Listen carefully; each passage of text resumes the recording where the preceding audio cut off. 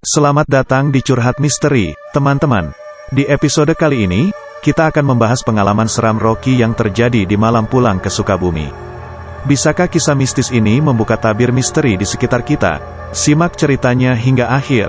Kejadian ini Rocky alami pas mau pulang ke Sukabumi. Awalnya Rocky berencana pulang ke Sukabumi sore hari.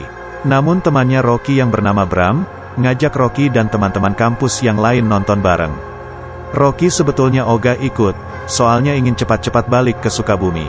Tetapi dia memaksa Rocky, dan berjanji begitu selesai, dia akan antar Rocky ke terminal. Ya sudah, Rocky ikut saja nonton. Jam 11 malam, Bram menepati janjinya. Dia mengantar Rocky sampai ke terminal. Kondisi terminal saat itu sudah sangat sepi. Rocky mencoba mencari-cari bis tujuan Sukabumi. Tetapi sepertinya malam itu Rocky cukup sial, karena bis yang menuju Sukabumi sudah tidak ada lagi. Rocky tidak bisa tunggu sampai besok pagi. Acara pernikahan kakak Rocky besok. Rocky mulai menyesal ikut yang lain menonton. Tetapi begitulah, penyesalan selalu datang terlambat. Rocky memutar otak memikirkan opsi untuk bisa sampai ke Sukabumi. Malam itu udara terasa dingin. Rocky pun tidak tahan ingin ke toilet untuk buang air kecil. Sialnya, dicari-cari kok tidak ada toilet. Ya sudah, terpaksa Rocky cari pohon besar di pinggir jalan. Dan setelah melihat sekitar tidak ada orang, Rocky pun menuntaskannya di situ. Setelah buang air kecil, tak lama Rocky melihat sebuah bis. Kondisinya gelap, tetapi di dalamnya terlihat ramai. Saat mendekat, ternyata bis itu menuju arah Sukabumi. Beruntungnya Rocky, tanpa pikir panjang Rocky langsung naik ke bis. Walaupun di dalamnya gelap, ternyata penumpangnya pun lumayan banyak. Mengapa tadi Rocky tidak sadar ada bis ini ya? Dan mengapa lampunya tidak dinyalakan ya?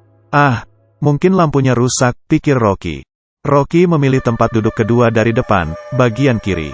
Rocky mencoba untuk tidur, namun ada yang membuat Rocky sangat terganggu di bis itu. Suara batuk seorang kakek, ditambah lagi bayi yang terus menangis. Sulit bagi Rocky untuk tidur. Rocky harus segera istirahat, soalnya tidak elok kalau di pernikahan kakak Wan nanti Rocky lelah. Syukurlah, beberapa saat kemudian suasana pun hening kembali. Rocky akhirnya tertidur saat itu.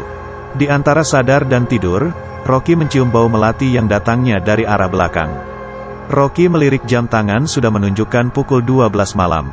Karena penasaran, Rocky membalikkan badan.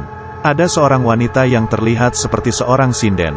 Sejak tadi Rocky tidak menyadari ada wanita itu di situ. Si wanita itu melihat Rocky juga. Sesaat mata kami saling menatap. Rocky lekas membalikkan badan menghadap ke depan, takut menyinggung wanita itu. Rocky menjadi tak bisa tidur. Dan anehnya, sepertinya bis ini berjalan sangat lambat sekali. Bahkan suara mesinnya pun sepertinya tidak terdengar. Kondisinya sungguh-sungguh aneh. Tiba-tiba jantung Rocky berdebar sendiri. Mendadak kendaraan berhenti. Penasaran, Rocky melihat apa yang terjadi. Ternyata tampak seorang pengendara motor sedang terduduk di atas jalan aspal. Kecelakaankah? Saya buru-buru turun dan menghampiri si pengendara itu, untuk melihat apakah dia baik-baik saja. Pria pemotor ini kelihatannya seperti tukang ojek. Wajahnya pucat sekali. "Pak, tidak apa-apa Pak," tanya Rocky. Dia dengan tergagap menjawab, "Kak, kamu, hantu atau manusia? Ada apa dengan orang ini? Mungkinkah orang stres?" Dalam hati Rocky berpikir seperti itu. "Hah? Maksudnya apa Pak?" "Tentu saja manusia Pak," jawabku. Dia kembali bilang, "Kak, kamu sadar tadi naik apa?" "Ya naik bis Pak." "Kok pakai tanya lagi? Kan bisnya hampir menabrak Bapak tadi," jawab Rocky. "Bukan, yang kamu naiki tadi adalah keranda mayat," ucapnya. Rocky memang sudah merasa ada yang aneh dengan bis tadi, tetapi tidak terpikirkan hal-hal mistis. Rocky membalikkan badan, dan astaga, sudah tidak ada bis itu lagi. Jadi pantas saja sejak tadi pada saat Rocky duduk tidak ada bunyi mesin, dan kondisinya gelap gulita. Tukang ojek itu kemudian membawa Rocky ke warung di pinggir jalan. Akhirnya Rocky menenangkan diri di sana. Baru Rocky tahu ternyata dulu di daerah situ pernah ada kejadian tabrakan antara mobil jenazah dengan bis, dan kemudian kedua mobil tersebut masuk ke jurang hingga menewaskan seluruh penumpangnya. Setelah tenang dan mengetahui kenyataan yang terjadi, Rocky akhirnya diantarkan oleh bapak tulang ojek sampai ke rumah kakaknya dengan selamat. Terima kasih telah menonton Curhat Misteri kali ini. Jangan lupa subscribe untuk update cerita-cerita misteri seru lainnya. Bagikan pengalaman seram kalian di kolom komentar, Siapa tahu kisah kalian akan menjadi bahan pembahasan selanjutnya. Sampai jumpa di episode berikutnya.